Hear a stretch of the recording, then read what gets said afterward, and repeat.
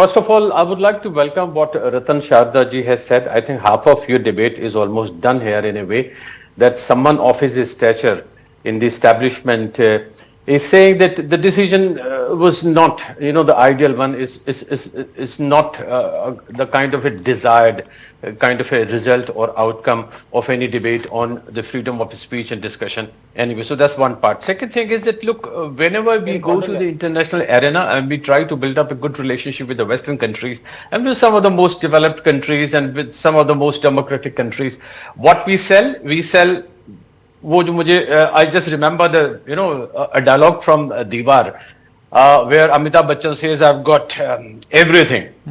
मेरे पास धन है, दौलत है, गाड़ी है, कार है, बंगला है, तुम्हारे पास क्या है? And Shashi Kapoor says, मेरे पास माँ है. So this is what India has been saying during the last 30-40 years. Whenever they counter India's strength against China or any other despotic regime, India would always say, we have got the world's largest democracy. And that's a very sensible thing to say. But the fact is, it's time to walk the talk. पूरी दुनिया देख रही है. The whole world is watching us. And if we can, if we just start banning documentaries made by one of the most reputed organizations in the world, it doesn't happen in the most civilized countries. It doesn't happen in the most democratic countries. So I think it's time that we really walk the talk and we say that freedom of speech is really important in India, and everyone is going to defend it. Okay, Mr. Alam, I'm going to continue with you and ask you a question, and then we'll throw this open for the big fight, as they say.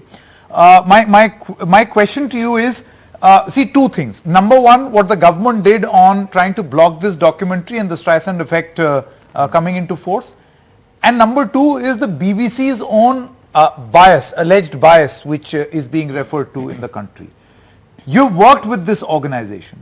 Would you like to tell us about the history of BBC stories, news stories, particularly, and its relationship with those in power, those outside power, in the UK, outside of the UK, in India, outside of India? Sure. How would you respond? Thank you.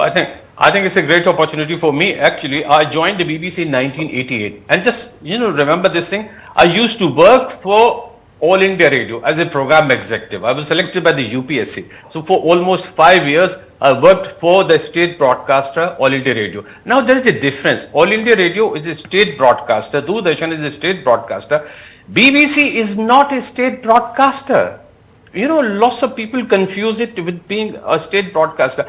It's a public broadcaster. It's not even a private broadcaster. So, there's some difference between these two. Second thing is that, look, BBC has always been criticized for its sometimes anti-establishment. And let's not talk about India, Pakistan, etc. Let's talk about this country. I'm here based in London for the last more than 30 years. And there have been various debates when the BBC has been criticized by the government. And now let me give you 2-3 specific examples.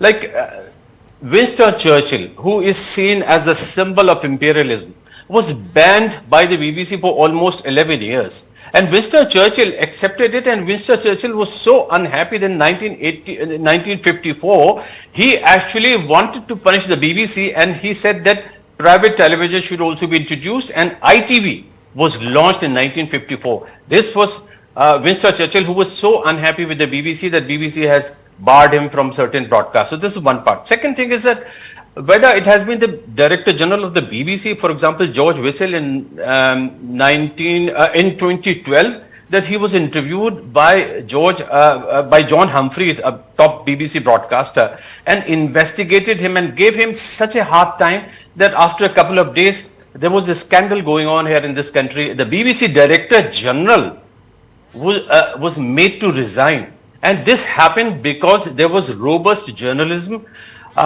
conducted here at the BBC. Now, second thing is, recently, just this week, by the way, the chairman of the BBC, Richard Sharp, who was a very good friend of the former Prime Minister of the UK, Boris Johnson. Now, he is being investigated for having a conflict of interest because he had negotiated or facilitated a kind of a loan to Mr. Johnson when he was a Prime Minister. Now, BBC has been conducting all these debates against its own chairman on the airwaves officially here in this country. He's being given a hard time by the BBC reporters. So this is what you have to understand from the BBC's point of view, that BBC would lose its sheen and shine if it compromises with this credibility. Okay.